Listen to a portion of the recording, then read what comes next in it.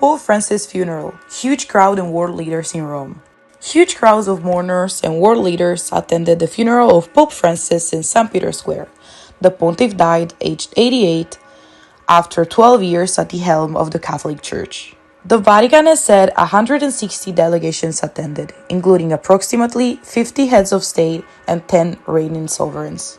US President Donald Trump, Ukraine President Volodymyr Zelensky, the leader of France's homeland, Argentine President Javier Milei, Italian President Sergio Mattarella, and Premier Giorgia Meloni were among them. King Felipe and Queen Letizia of Spain and King Abdullah of Jordan and many presidents, including Germany's Steinmeier, Brazil's Lula da Silva, and France's Macron, were present too. Around 400,000 people were at the funeral of St. Peter's and followed the procession as the Basilica of St. Mary Major. Cardinal Giovanni Battista Re, the Dean of the College of Cardinals, paid tribute to France's spirit of sacrifice in his homily. Despite his final fragility and suffering, Pope Francis chose to walk the path of self-giving until the last day of his earthly life. Re said as he presided over the funeral. He followed in the footsteps of his Lord, the Good Shepherd, who loved his sheep to the point of giving his own life for them.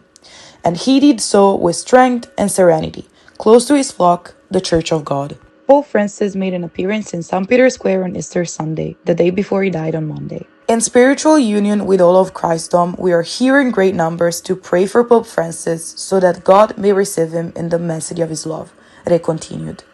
Pope Francis used to conclude his speeches and personal meetings by saying, "Do not forget to pray for me." Now, dear Pope Francis, we ask you to pray for us, and we ask that from heaven you bless the Church, bless Rome, bless the entire world, as you did last Sunday from the balcony of this basilica, in a final embrace with all of God's people, but also with humanity that seeks the truth with a sincere heart and holds high the torch of hope. Re also recalled Pope Francis' commitment to peace, with his repeated appeals to end all wars, and the emphasis he put on the plight of migrants and the needy.